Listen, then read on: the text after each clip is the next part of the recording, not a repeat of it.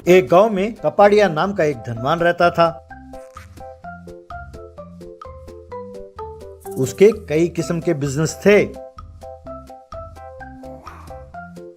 उनमें से एक बिजनेस था किसानों से सब्जियां और फल खरीदना, उन्हें अपने गोदामों में रखकर बाद में ट्रैक्टरों में और ट्रकों में दूसरे गांवों में भेजना। किसान चाहे जितना भी बढ़िया सब्जी लेकर आते, उसकी आदत थी कि कोई ना कोई बहाना करके उनसे कम दामों में वो सब खरीदता था। उसी गांव में चकमा नाम का एक गरीब किसान रहता था।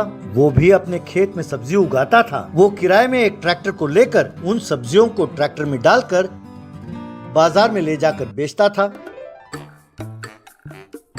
वो उन सब्जियों को कपाड़िया को बेचता था। हमेशा की तरह कपाड़िया कोई ना कोई बहाना करके कम दाम में सब्जी खरीदता था। कपाड़िया, अरे चकमा, जब देखो पैसों के पास किरकिरी करते रहते हो। भाई टमाटर को तो आजकल कोई पूछता भी नहीं है। भाई तुम्हारे पास टमाटर खरीदना तो मेरे लिए नुकसान है। और रही बात तुम्हारे आलू की, भाई ये तो ठीक से उगा भी नहीं है। अब तुम ही बताओ मैं इसे बेचूं कैसे? यूं कोई ना कोई बहाना करता रहता था। चकमा भगवान को बहुत मानता था। वो हर रोज बिना भगवान की पूजा किए घर से बाहर नहीं निकलता था।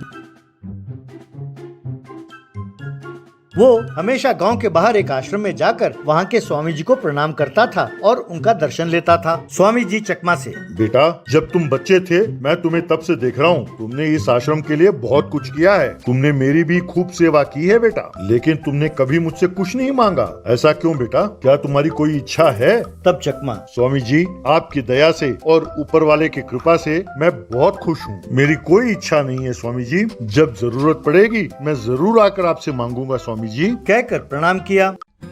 एक बार चकमा के खेत में आलू की बहुत अच्छी फसल हुई। बड़े बड़े आलू उगे। उस फसल को देखकर चकमा बहुत खुश हुआ। तब उसके दिमाग में एक उपाय सूझा।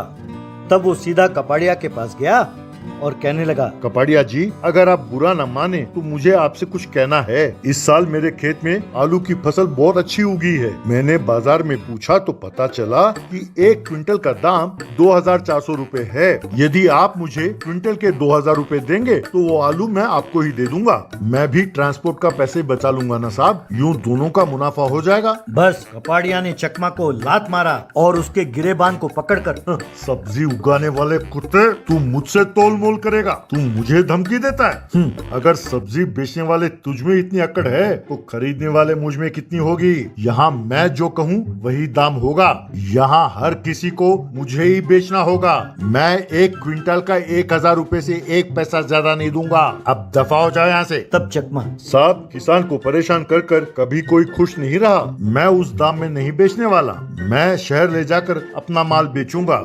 तब कपाड़िया, अरे ले कैसे जाओगे? इस गांव में तुम्हें कोई गाड़ी अपना किराए पर नहीं देने वाला। अरे तुम्हें तो बैलगाड़ी भी नहीं मिलेगी। इतना ही नहीं, गांव के चारों ओर मेरे आदमी पहरा देंगे। अगर तुम उनके हाथ लग गए, वो तुम्हें और तुम्हारे आलू का कचूमर बना डालेंगे।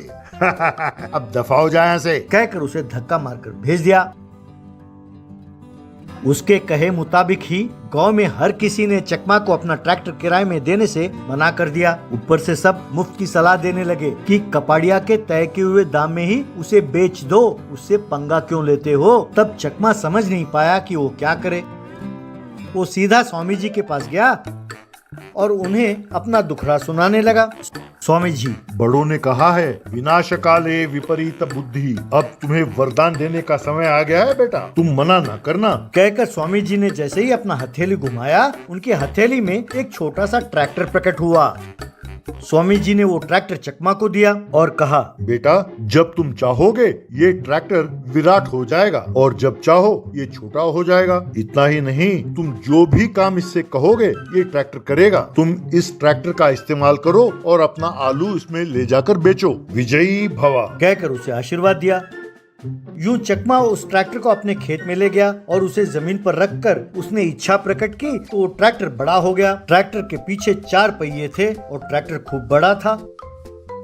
चकमा ने उस ट्रैक्टर में आलू को भरा और फिर जंगल के रास्ते से वो शहर की ओर जाने लगा। लेकिन कपाड़िया के एक आदमी ने उस ट्रैक्टर को जाते हुए देख लिया।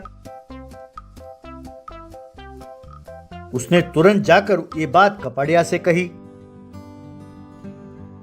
चकमा ने अच्छे दामों में उस आलू को शहर में बेचा और फिर पैसे लिए। फिर उसके इच्छा प्रकट करते ही वो ट्रैक्टर एकदम छोटा हो गया।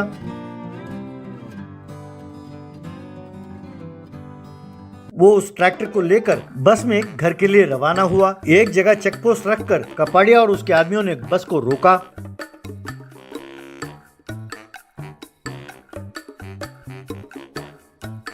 चकमा से कपाड़िया, मैंने गांव में पता किया, सबने कहा तुम्हें किसी ने ट्रैक्टर नहीं दिया, तो फिर तुम्हें ट्रैक्टर कहाँ से मिला? चुपचाप बोलो, आलू बेचकर जो तुम्हें पैसे मिले हैं वो मुझे दे दो और निकलो यहाँ से, वरना खूब पिटोगे। तब कपाड़िया का आदमी, साहब इसके हाथ में जो ट्रैक्टर है इसी में वो आलू लेकर गया था, यही है वो ट्रैक्टर, यही है। पर साहब ये इतना छोटा सा कैसे हो गया? यूं कह ही रहा था कि चकमा ने ट्रैक्टर को नीचे रखा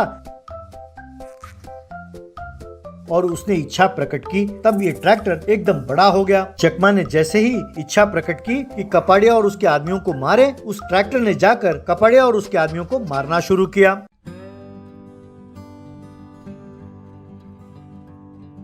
बस वो सब डर के मारे वहां से भाग गए। उस दिन से चकमा अपने ट्रैक्टर में सब्जियों को शहर में ले जाकर बेचने लगा और खुशी खुशी जिंदगी बसर करने लगा।